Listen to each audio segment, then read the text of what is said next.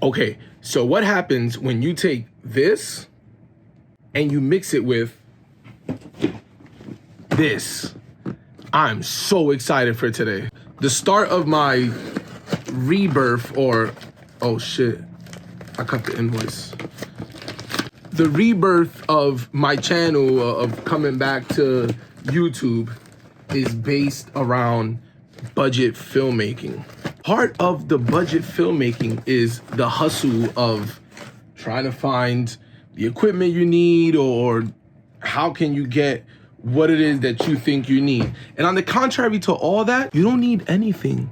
You really don't need anything. You just need whatever camera you can find, your phone. I'm shooting this on my iPhone 15 Pro Max on the cinematic button. I don't even know if that changes anything. I know I could do this. Ooh. Look at that. That's pretty cool. Part of the hustle and the bustle of trying to find what you need is sometimes purchasing things to return it and trade it in and do whatever it is you gotta do. So quick story, right? I bought a camera, right? And it's because I had a little financing power, you feel me? It's not the camera I want.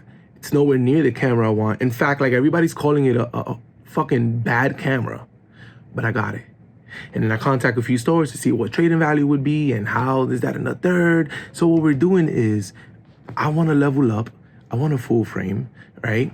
So I'm trading in this, all of this minus the lens, just the body and the cage, to assist with that trade-in value. I got this. The Nikon ZFC. I'm keeping it a buck with you. Honestly, yeah, this is as far as I go.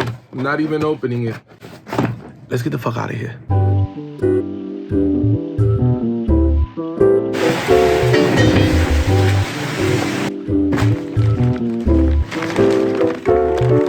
I got some shit. I finally got it. I'm fucking excited. It's time to level up, and I'll explain to you how I got it. But first, I gotta rip this box open and set it up so I can be comfortable. I finished it. I got a new chair. This shit. Oh, it's all the way down. Wait. This shit brought a pillow. Lumbar support. I got some shit. Part of being a budget filmmaker is getting it one way or another. However it is that you can get it, you gotta get it, so you get it. Got it? And so I got it. We got 1999 Tokyo in VHS form in the back. No, I have not gone to Tokyo. I just YouTube that shit, but I wanna go to Tokyo. It's gonna happen, all right? In this bag right here, I hold the future of my filmmaking, my video making, all that shit. a7c, finally. You know, a lot of people like reviews, a lot of people like unboxings, a lot of people like setups, a lot of people like shit. So we got all of that today. Not a review because it's 2024 and I got an a7c, whoop-de-doo, big fucking deal, but I wanted this shit. Next step is the Sony FX3. Win a $1,000 Visa prepaid card. Register. Warranty. Preparation. Nice paper, but whatever. This shit, boom.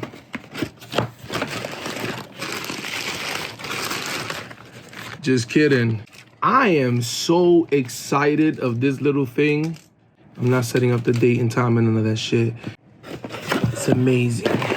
We got chargers, we got cables, Type-C, you feel me? USB 3, you feel me? We got a little charger box, you feel me? Now I could do firmware updates and all that shit. We are here. We have a box. That box, goodbye.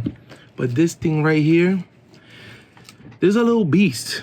You know what I'm saying? And, oh, Got a little screen protector on it. I bought it used, and it got a little screen protector on it. Look at that shit. Yeah. But not only did I get the A7C, I also got...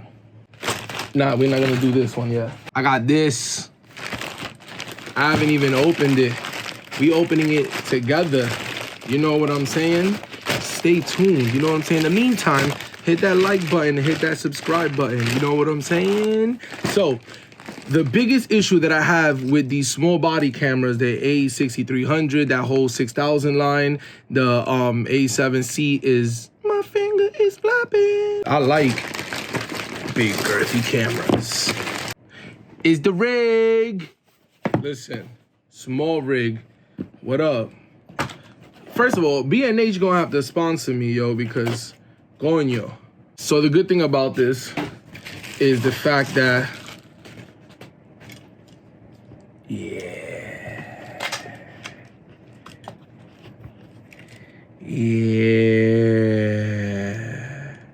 I got the small rig, I threw the box over there, the small rig cage for the A7C, and I had it on the 6300, and I love it. The first thing we gotta do is remove this shit. To hell with it.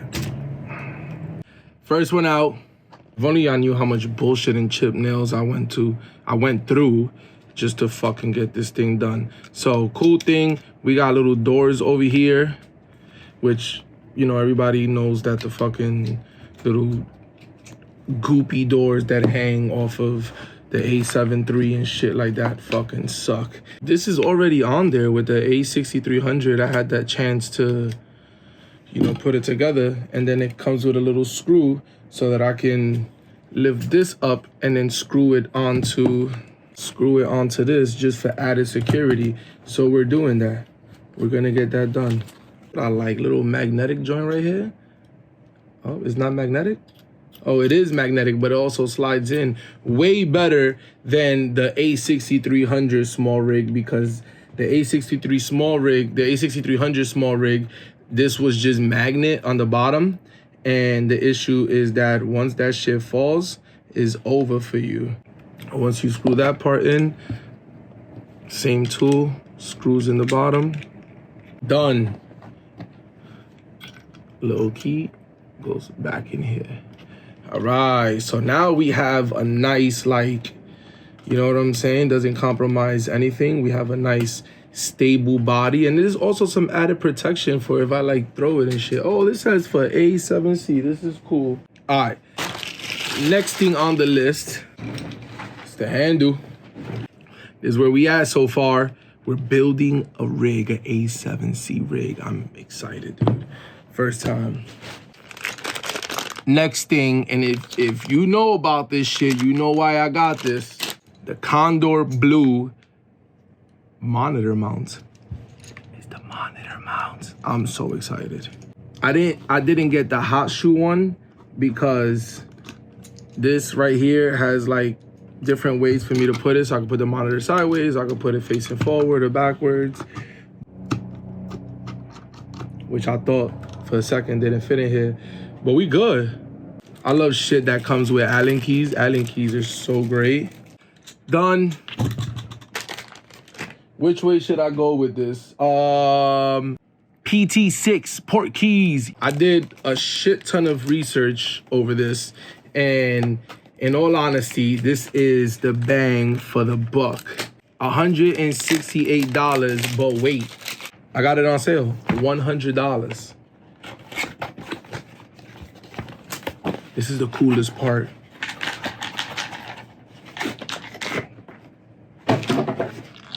The little portkey's fake Pelican box. Doesn't feel as strong as a Pelican, but it feels strong. Ooh, let me do it one more time. Oh, I like papers. Foam comes out. You know, I low-key kind of wanted to throw that, but I'm also kind of tight because I lifted it up. And when I lifted it up, right? Oh, wow, cheap. But this is a 5.5-inch display. There's no fans on this, so it's super quiet. You have your on-off over here, super simple. Your HDMI out. And your HDMI in with a lock screen button. The USB so you can load in your LUT and audio monitoring. This is cool, and if you want to plug it directly, you got DC right there. So we're gonna throw this shit on here. Look at that. Now I could also add it here, but like rotate it all the way up. You know what? I think that's what we're doing. It's not practical. It is not practical at all. But the good thing about this monitor right here is that when you open up the secret compartment, another Allen key, the hot shoe mount. So I probably do want to put it as a hot shoe. HDMI cables, but what I don't like about these HDMI cables, compared to our next thing, this is not coiled. Got a condor blue, red coiled HDMI cable. Boom. So we're gonna plug this in. And we're gonna open the little door down here. Which one is it? Oh, right here. Perfect. Look at that. I kind of wanna, no, I can't. Nah, yeah, let's not try anything stupid. It does feel like plasticky, and oh shit. These little things come out. This for the sun visor joint, which I have somewhere. It's cheap. Look, it came bent. That sucks. Clip it onto the top. Nah, yeah, this design sucks. I mean, it's cool, but like putting it on there kind of sucks. Got this so far. I am gonna have to turn this around, but if I turn this around, we mixing some shit up. Hold up. This is way better. Fuck it. Balance is gonna be a little off, but it's okay. What I don't like is the tension over here, that it makes it like go up. But I'm hoping that, you know, since this is coiled, it'll get loose after a while. So these joints I'm not using, but I'll leave it in here just in case, because you never know when you gotta change it to a hot shoe mount. Now, since we're on to monitors, I got this. And there was a shit ton of batteries out there, but I'm a budget filmmaker. So I got a set of 2 batteries with 2 chargers for like 90-something dollars, you feel me? The little things are like hard to read. This is great. Now I have to figure out how to play with this stuff. This is such a small display, and I think like having a bigger one would kind of like help. But we here, if I'm over here and I'm like, look at the wild crocodile, it's valid. Now, before I move forward, this is super unbalanced. So what I'm gonna do is I'm gonna grab something. Hold on. Remember this bad boy that I've been raving about, my Tamron 20 mil? Now this is a K&F Concept variable ND filter. Variable ND? VND to VND. No, you got your maximum, and then you got your minimum. See, that seems fake. I like my lens to have nothing but glass in the front. This is wild dirty. A little beast, ain't it? Look at that. This is great. Can I control the camera here? Absolutely not. I don't even know what I'm thinking. So I'm guessing right now it's just giving me, like, I don't have this screen. I only have this screen. So I don't know if that's a thing where I can change it. So we're gonna have to go through the settings later. Silly me, I'm trying to get the best reading possible, and my ND filter is on max. So what I don't like already is that I'm holding my camera here, and I'm bringing the door up, and it's already like pushing up on that port. I don't like it, but other than that, this is a sweet little setup. Now to top this all off, oh, you see how it's falling forward? All right, boom, now we balance there. To top this all off, I got this So I have like an old Sennheiser MK400, and that shit don't work. Like, it always got static in there. And then the next couple projects that I'm doing are gonna be people talking and shit like that. And I don't wanna have like my iPhone there to then try to put the audio together. So I ended up buying a used little Rode product. Oh, look at that. This is crazy. So I ended up getting the Rode Micro Go Compact whatever Go. This little bullshit right here. Got it. And it's pretty cool because this little thing right here clips. So you got some, you know, your little wind issues and you good. I don't know. It doesn't feel like it's clicking. Oh no, it doesn't feel like it's clicking in. But we here. Now I gotta clip this somewhere. Or maybe I gotta clip it on me. Is it the same size? It's the same size as the hot shoe. This is the last thing. I haven't even opened it. I haven't opened anything today. I'm opening it right now. I got a book bag by Tenba, New York, 1977. I think that was a cool time in New York. Got this shit used too.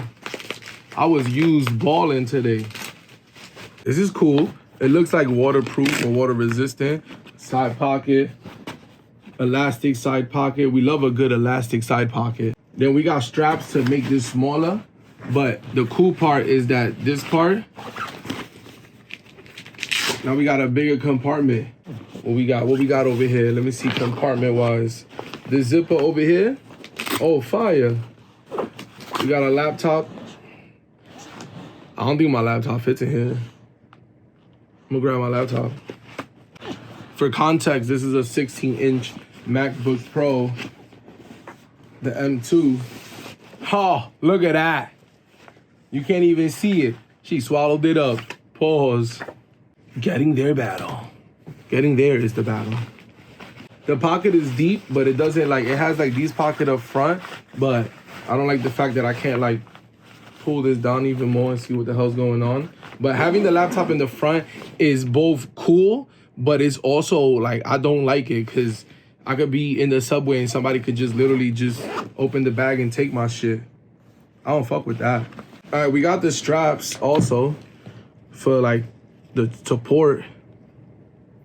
But we could take it out. I'm taking this shit out. I don't need support like that. My back is high, but the whole thing opens up. Boom. I like this. Fulton V2, that's what the bag is. Fits in there so nicely. Done. It's comfortable. That's everything I bought today. Now, check this out. I'm gonna tell you a little story before we go. I ain't get this camera and this whole rig off of hard work or off of landing clients. None of that shit. I hustled. I grinded. I had a bunch of film cameras that I've been going to different thrift stores and stuff like that to get over the years because I really wanted to open up a shop to sell film cameras to photographers. So I had a bunch of point and shoots. I had Ricoh AF40 and Canon Auto Boys and all that stuff. And I found rare stuff for like super cheap. Burger King commercial, I think. I found super rare stuff for cheap. Like I have a Cine Still Kodak camera and I've just kept it over time because I wanted to sell it. And to be honest, I used to pick them up for the low and they were untested. So I would test them. I would shoot a roll with them, go get developed. And if they were good, then I would put it up to sell. Eventually, all that camera stuff halted. I haven't had a camera in a minute. I grabbed all of those cameras, the Canon AE1s that I had multiple. I had the Nichromat FT, I had a couple of those. And I literally, I sold them. I traded them in to whoever would take them, to antique shops, whatever the case is. Sold them, all that stuff. B&H took some of them, like Canon AE1s and stuff they took. I took all that money and I had a credit on B&H, and that's how I bought the a7c 300. On the other side of things, I've been rebuilding my credit, so I went and I applied for this loan thing, and they gave me a couple dollars. The only problem is that those couple dollars was only for the Nikon website, so I ended up getting the Nikon ZFC or whatever the fuck that piece of shit camera is. I don't shoot Nikon. Hate me. After that, what I did was that I took that Nikon, I went over to B&H, I traded it in, I got the money for that, I returned the Sony a7c 300, got the money from that, put those monies together with the small rig that I returned, and I literally got the camera in the small rig. Now the rest of it, Afterpay, Klarna, all that shit. And then you just look at used stuff. Look how new this shit is. Like, it has a tag on it and all that. You know what I'm saying? You find deals like these Generate. What the fuck brand is that? But you know what? There's 2 batteries in there, so if they don't even last that long, I got 2 batteries. The PT6, it was $168. It's on sale for the next 6 hours. Well, by the time you watching this is gone already. $100, 108 and change. You know? And I balled out on this, to be honest, because not for nothing, I like the color. I like how it looked. So I was like, you know what? I'm gonna ball out a little bit, you feel me? But this thing is $44. This Tamron lens on sale, $250, is a 20mm 2.8 full frame. So I didn't even have to worry about getting the lens because I got a full frame camera. Back to the same conversation of being a budget filmmaker and trying to find out how to get the stuff that you want. You just gotta fucking hustle.